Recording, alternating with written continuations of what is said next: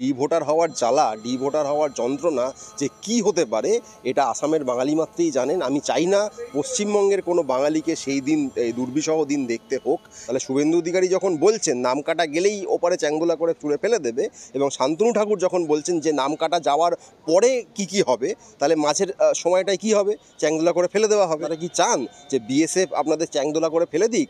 আর যদি সেটা না চান তাহলে বিজেপিকে আপনারা চ্যাংদোলা করে বাংলা থেকে ফেলে দিন। আমি সরাসরি বিজেপি সরকারকে, বিজেপি দলকে, তাদের প্রত্যেকটি নেতাকেই চ্যালেঞ্জ করছি যে আপনারা জানান যে সিএএতে আজ পর্যন্ত কজন বাঙালি, কজন হিন্দু বাঙালি তারা নাগরিকত্ব পেয়েছেন। আমাদের অবস্থা তো একেবারেই খারাপ হয়ে যাবে। অসীম সরকার নিজে তো এটা বলেছেন, বা শান্তনু ঠাকুর নিজে তো এটা বলেছেন যে নাম কাটা যদি চলে যায়, নাম কাটা গেলেও যেতে পারে, কয়েকটা ভোটেরা কি ভোট দিতে পারবেন না, পরে আমরা দেখে নেব। অর্থাৎ তারা কিন্তু মেনে নিয়েছেন যে এসআইআরে মতুয়া ভাই বোনেদের নাম কাটা যাবে। আপনারা এবার অন্তত বুঝুন যে বিজেপির মুখ কোনটা আর মুখোশ কোনটা। দাদা, বিজেপি বিধায়ক অশোক কীর্তনিয়ার বাবা মায়ের ভোটার লিস্টে নাম পাওয়া যাচ্ছে না, কি বলবেন? তাহলেও কি উনিও অবৈধ অনুপ্রবেশকারী? না দেখুন, আমি এটা মনে করি না। 2002-এর ভোটার তালিকায় নাম না থাকলে তিনি অবৈধ অনুপ্রবেশকারী, এই ন্যারেটিভ হয়তো বিজেপি তার সুবিধার্থে ছড়ানোর চেষ্টা করছে। কিন্তু বিজেপি কোনো বিধায়ককে আক্রমণ করতে গিয়ে তাদের ফাঁদে পা দেওয়াটা কোনো কাজের কথা নয়। আমি মনেই করি না 2002-এর ভোটার তালিকার ভিত্তিতে কারো নাগরিকত্ব ডিসাইড করা যেতে পারে, এটা একদমই মনে করি না। বর্তমানে এসআইআর, ঘুরপথে যে এনআরসি, এতে এক আধটা বিজেপি বিধায়কের কোনো অসুবিধা হবে কি হবে না, তার থেকে অনেক বেশি গুরুত্বপূর্ণ কথা সামগ্রিকভাবে বাঙালি জাতিকে যে নিশানা বিজেপি আরএসএস করছে, তার বিরুদ্ধে আমাদের দাঁড়াতে হবে। এখানে অশোক কীর্তনিয়া কিংবা তাদের আর কোনো বিধায়ক, কোনো সাংসদ, তারা বিপাকে পড়লো তাতে আমাদের আনন্দ হলো। যারা বিজেপি বিরোধী, ব্যাপারটা এত সহজভাবে দেখা উচিত নয় বলে মনে করছি। সার্বিকভাবে বাঙালি জাতিকে যে নিশানা তারা করছেন, তার বিরুদ্ধে আমাদের দাঁড়াতে হবে। এবং যারা বিজেপির প্রকৃত সমর্থক বলে নিজেদের দাবি করেন, সেই সাংসদ বিধায়ক হবেন কি হবে না সেটা বড় কথা নয়, তাদেরকেও বুঝতে হবে যে বাঙালি জাতি যদি সংকটে পড়ে, আপনি কিন্তু বাঁচবেন না। কিন্তু বিজেপির বিধায়ক থেকে শুরু করে অন্যান্য বিজেপি নেতা নেতৃত্বরা বারবার দাবি তুলছেন যে এসআইআর আর এনআরসি দুটো সম্পূর্ণ আলাদা। তারা হয়তো রাজনৈতিক নির্দেশের কারণে দাবিটা তুলছেন, কিন্তু এর সপক্ষে তারা যুক্তি দিতে পারবেন না। 2002 সালের যে লাস্ট এসআইআর হয়েছিল বলে অনেকে বলছেন, সেইখানে যে ধরনের নথি চাওয়া হয়েছিল এবং 2025-এ যে নথিগুলি চাওয়া হচ্ছে, তার মধ্যে সবচেয়ে বড় পার্থক্য হলো যে আসামে যে এনআরসি প্রক্রিয়া হয়েছে, সেখানে যে নথিগুলি চাওয়া হয়েছে 2025-এর এসআইআরে সেই ধরনের নথি বা সেই নথিগুলিই চাওয়া হচ্ছে। অর্থাৎ কোথাও না কোথাও ভোটার তালিকা পরিমার্জনের নামে এখানে ইলেকশন কমিশন কিন্তু কার্যত নাগরিকত্ব যাচাইয়ের প্রক্রিয়ায় এক অর্থে করছে। আপনাদের মনে রাখতে হবে, আগামীতে জনসংখ্যার নিরিখে আসন পুনর্বিন্যাসের যে প্রকল্প 2028 সালে সেটা হওয়ার কথা রয়েছে, এবং সেটা যদি হয়, এমনিতেই কারো নাম বাদ গেল না, সেই পরিস্থিতিতেই পশ্চিমবঙ্গের যে আসন সংখ্যা, তা প্রপোর্শনের নিরিখে গোবলয়ের যে বিভিন্ন রাজ্য, তার সেই আসন সংখ্যার তুলনায় অনেক কম হয়ে যাবে। এবং সার্বিকভাবে ভারত রাষ্ট্রের নীতি নির্ধারণ যে লোকসভা, রাজ্যসভা ইত্যাদিতে হয়, সেখানে পশ্চিমবাংলার কার্যত কোনো ভূমিকা থাকবে না। গোবলয় বাদ দিয়ে যে রাজ্যগুলি, তাদের কারোরই কোনো ভূমিকা সেই অর্থে থাকবে না। আমাদের অবস্থা তো একেবারেই খারাপ হয়ে যাবে। এবং সেটি হওয়ার আগে যদি আরও বেশি সংখ্যায় বাঙালির নাম বাদ পড়ে যায়, তাহলে বুঝতেই পারছেন যাদের নাম থেকে যাবে তালিকায়, কার্যত তাদের ভোটেরও আর কোনো মূল্য থাকবে না। কারণ পশ্চিমবঙ্গের পলিটিক্যাল বার্গেনিং পাওয়ার শূন্য হয়ে যাবে, এবং কার্যত আমরা একটি কৃতদাসের রাজ্যে পরিণত হয়ে যেতে পারি। এবং সেটাই আরএসএস বিজেপির রাজনৈতিক লক্ষ্য। এত সংখ্যা যদি ডিভোটার হয়ে যায়, তাহলে তারা অনেকে মতুয়া থেকে শুরু করে অনেকেই এখন সংশয় প্রকাশ করছেন, তাহলে তাদের কি বাংলাদেশে ছুঁড়ে ফেলে দেওয়া হবে? দেখুন, ছুঁড়ে তো ওই অর্থে লক্ষ লক্ষ মানুষকে ফেলে দেওয়া যায় না। তারা এই ভয়টা দেখাবেন, এই আতঙ্ক ছড়াবেন, এইসব করবেন যে নাম বাদ পড়ে যেতে পারে। এবং হিন্দু যে বাঙালি অংশ রয়েছেন, তাদের ক্ষেত্রে তারা বলছেন যে সিএ এর মাধ্যমে আমরা নাগরিকত্ব দিয়ে দেবো। তাদের এই ভাঁওতাটা আমি সরাসরি ধরিয়ে দিতে চাই। 2019 সালে তারা নাগরিকত্ব সংশোধনী আইন পাশ করলেন। 6 মাসের মধ্যে যে কোনো আইনের বিধি তৈরি করার কথা, 54 মাস তারা সময় নিলেন বিধি তৈরি করতে। এবং সেই বিধি তৈরি হওয়ার পরেও আজ পর্যন্ত কজন মতুয়া ভাই বোন, কজন হিন্দু বাঙালি শরণার্থী থেকে নাগরিকত্বে উন্নীত হয়েছেন, এই পরিসংখ্যান কিন্তু বিজেপি সরকারের কোনো নেতামন্ত্রী দিতে পারছেন না।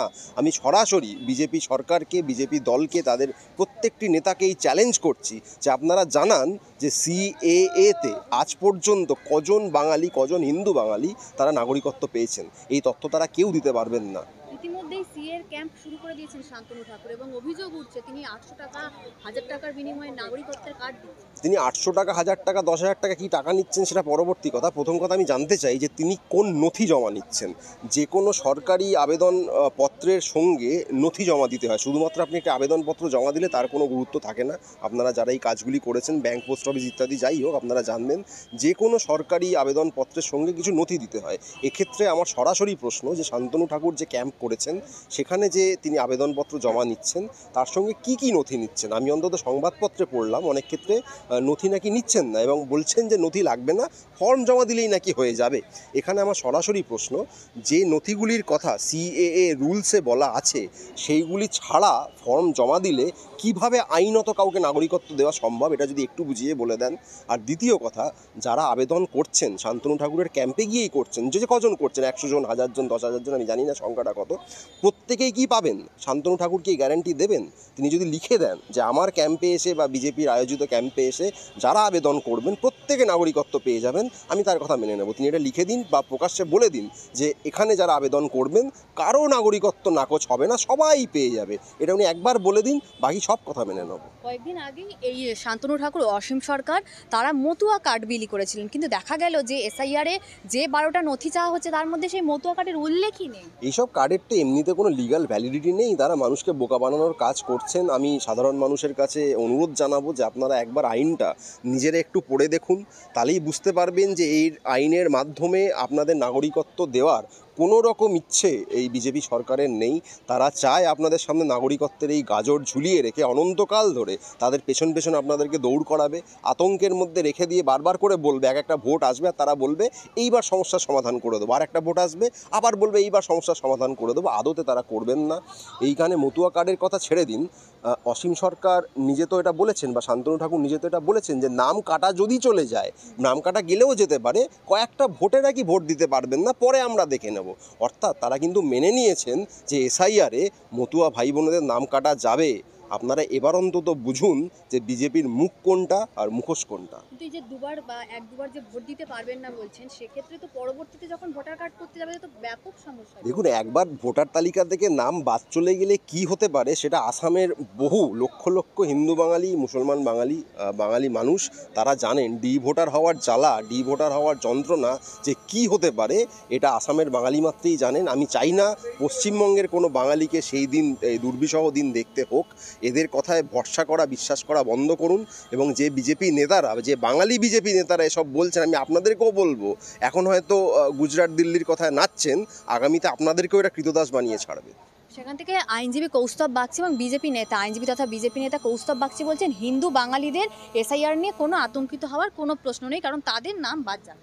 তিনি যা খুশি বলতেই পারেন। তার দলের নেতা শান্তনু ঠাকুর, অসীম সরকার তো পরিষ্কার বলছেনই যে নাম বাদ যাবে, কাটা যাবে, কয়েকটা ভোটে ভোট দিতে পারবেন না। তাহলে কে বড় নেতা, শান্তনু ঠাকুর না কৌস্তব বাগচি? তার আগে নিজেরা তাদের বক্সিং রিংয়ে নেমে ঠিক করে নিন কে বড় নেতা, তারপরে আমরা সেই অনুযায়ী উত্তর দেবো। শুভেন্দু অধিকারী বলছে এসআইআরে নাম কাটা যাবে, নাম ডিলিট হওয়ার সাথে সাথেই বিএসএফ এর দিয়ে চ্যাংদোলা করে একদম ওপার বাংলায় ছুড়ে ফেলা হবে। অর্থাৎ এক্ষেত্রে আমি তিনজনের কথা যদি মেলাই, অসীম সরকার, শান্তনু ঠাকুর এবং শুভেন্দু অধিকারী, তাতে বিষয়টা এটাই দাঁড়াচ্ছে যে নাম যেই বাদ যাবে তাহলে 2-3টে ভোটের পরে আবার ভোট দিতে পারবেন নয়, বিএসএফ চ্যাংদোলা করে ফেলে দেবে। তাহলে শুভেন্দু অধিকারী যখন বলছেন নাম কাটা গেলেই ওপারে চ্যাংদোলা করে ছুঁড়ে ফেলে দেবে, এবং শান্তনু ঠাকুর যখন বলছেন যে নাম কাটা যাওয়ার পরে কি হবে, তাহলে মাঝের সময়টায় কি হবে, চ্যাংদোলা করে ফেলে দেওয়া হবে। তাহলে অসীম সরকারের কনস্টিটিউয়েন্সির যারা ভোটার, শান্তনু ঠাকুরের কনস্টিটিউয়েন্সির যারা ভোটার, তারা শুভেন্দু অধিকারীর কথাটা কানে নিন। তিনি এমনিতে যা বলেন অধিকাংশই ভুলভাল কথা বলেন, এক্ষেত্রে যেটা বলেছে সেটা একটু কানে নিয়ে দেখুন যে নামটা কাটা গেলে কি হবে সেটা তিনি কিন্তু বলে দিচ্ছেন। আপনারা কি চান যে বিএসএফ আপনাদের চ্যাংদোলা করে ফেলে দিক? আর যদি সেটা না চান তাহলে বিজেপিকে আপনারা চ্যাংদোলা করে বাংলা থেকে ফেলে দিন, তাহলে আমরা প্রত্যেকে সুরক্ষিত থাকবো। জগন্নাথ সরকার একদিক থেকে বিজেপি নেতারা বলছেন যে অনুপ্রবেশ রুখবো, যার কারণে এসআইআর করছে। অন্যদিক থেকে জগন্নাথ সরকার তিনি বলছেন যে 26-এ আমরা ক্ষমতা এলে কাঁটাতারের বেড়াই তুলে দেবো। দেখুন, বাংলাদেশের যে সীমান্ত, আন্তর্জাতিক সীমান্ত, সেখানে কাঁটাতার নিয়ে একাধিকবার কুৎসিত রাজনীতির যে ভাষ্য বিজেপির মুখে আমরা শুনেছি, তাতে শেষ যে সংযোজন সেটা হচ্ছে জগন্নাথ সরকারের এই মন্তব্য। বাংলা বললেই বাংলাদেশি এই যে ন্যারেটিভ, এর সঙ্গে কাঁটাতারের ওপার থেকে বহু অনুপ্রবেশ হচ্ছে ইত্যাদি সবটা জুড়ে দিয়ে ভারত জুড়ে কার্যত বাঙালিকে হেনস্থা করা হয়েছে, এবং সেই হেনস্থার পেছনে রয়েছে আরএসএস বিজেপি।